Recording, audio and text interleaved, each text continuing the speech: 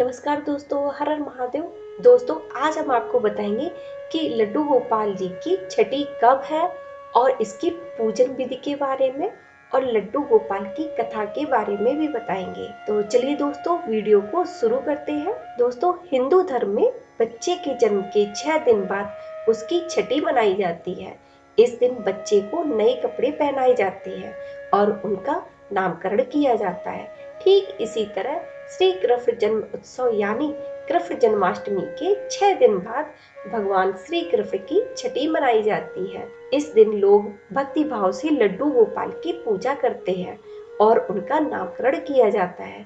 जैसे बच्चे की छठी पर कढ़ी चावल बनाने का रिवाज होता है, उसी तरह कृष्ण छठी के दिन भी लोग अपने घर में कढ़ी चावल बनाते हैं। इस साल कृष्ण छठी 12 सितंबर को मनाई जाएगी। दोस्तों, अब हम आपको बताएंगे श्री कृष्ण छठी की पूजन विधि के बारे में।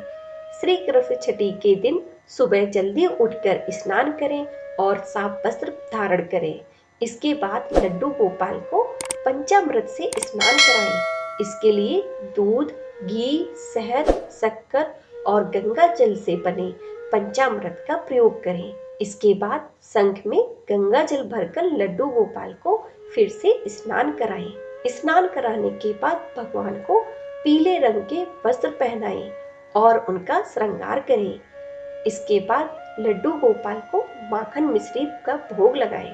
भोग लगाने के बाद भगवान का नामकरण करें। माधव, लड्डू गोपाल, ठाकुर जी, कान्हा, कन्हैया, कृष्णा, इनमें से जो भी नाम आपको अच्छा लगे वो चुन लें और भगवान को इसी नाम से पुकारें। इसके बाद भगवान के चरणों में अपने घर की चाबी सौंप दें और भगवान श्री कृष्ण से प्रार्थना करें कि वे सदैव आपके परिवार पर अपनी कृपा बनाए रखें और सबका पालन पोषण करें। इसके बाद लड्डू गोपाल की कथा पढ़ें और इस दिन अपने घर में कढ़ी चावल अवश्य बनाएं। दोस्तों, अब हम आपको लड्डू गोपाल की कथा के बारे में बताएंगे। एक पौराणिक कथा के अनुसार भगवान श्री कृष्ण के एक परम भक्त थे जिनका नाम था कुंभन दास। उनका एक बेटा था रघुनंदन। कुंभन दास के पास भगवान श्री कृष्ण का एक चित्र था जिसमें वह बांसुरी बजा रहे थे। कुंभन दास हमेशा भगवान श्री कृष्ण की पूजा आराधना में लीन रहा करते थे। वे कभी भी अपने प्रभु को छोड़कर कहीं नहीं जाते थे। एक बार कुंभन दास को वृंदावन से भागवत कथा के लिए बुलावा आया। पहले तो कुंभन दास ने जाने से मना कर दिया, परंतु लोगों के आग्रह करने पर वे अपने भागवत में जाने के लिए तैयार हो गए। उन्होंने सोचा कि पहले वे भगवान श्री कृष्ण की पूजा करेंगे और फिर भागवत कथा करके अपने घर वापस लौट आएंगे। इस तरह से उनका पूजा का नियम भी नहीं टूटेगा। भागवत में जाने से पहले कुंभन दास ने अपने पुत्र को समझाया कि उन्होंने ठाकुर जी के लिए प्रसाद तैयार किया है और वह ठाकुर जी को भोग लगा दे। कुंभन दास के बेटे ने भोग की थाली ठाकुर जी के सामने रख दी और उनसे प्रार्थना की कि आकर भोग लगा ले।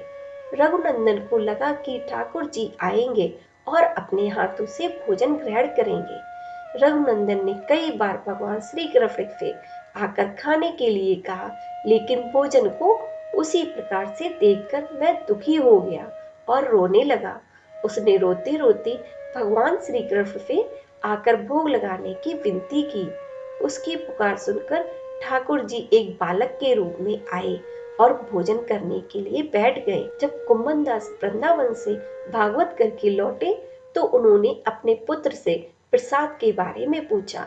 पिता के पूछने पर रघुनंदन ने बताया कि ठाकुर जी ने सारा भोजन खा लिया है।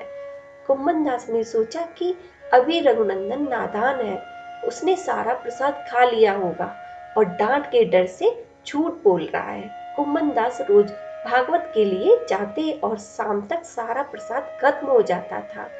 कुंभन दास को लगा कि अब रघुनंदन उनसे रोज झूठ बोलने लगा है, लेकिन वह ऐसा क्यों कर रहा है, यह जानने के लिए कुंभन दास ने एक योजना बनाई।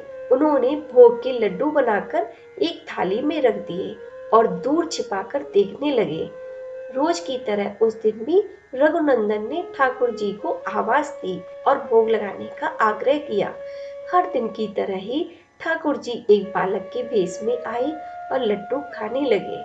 कुमन दास दूर से इस घटना को देख रहे थे। भगवान को भोग लगाते देख वह तुरंत वहां आई और ठाकुर जी के चरणों में गिर गए। उस समय ठाकुर जी के एक हाथ में लड्डू था और दूसरे हाथ का लड्डू जाने ही वाला था, लेकिन ठाकुर जी उस समय वहीं पर जमकर रह गए। तभी से लड्डू गोपाल के इस रूप की पूजा की जाने लगी। छठी के दिन इस कथा का पाठ करने से भगवान कृष्ण प्रसन्न होते हैं और भक्तों की सभी मनोकामनाएं पूरी करते हैं। दोस्तों, आपको हमारी आज की ये वीडियो कैसी लगी? अगर पसंद आई है तो हमारे चैनल को लाइक, शेयर और सब्सक्राइब करना ना भूलें। वीडियो को पूरा देखने के लिए धन्यवाद।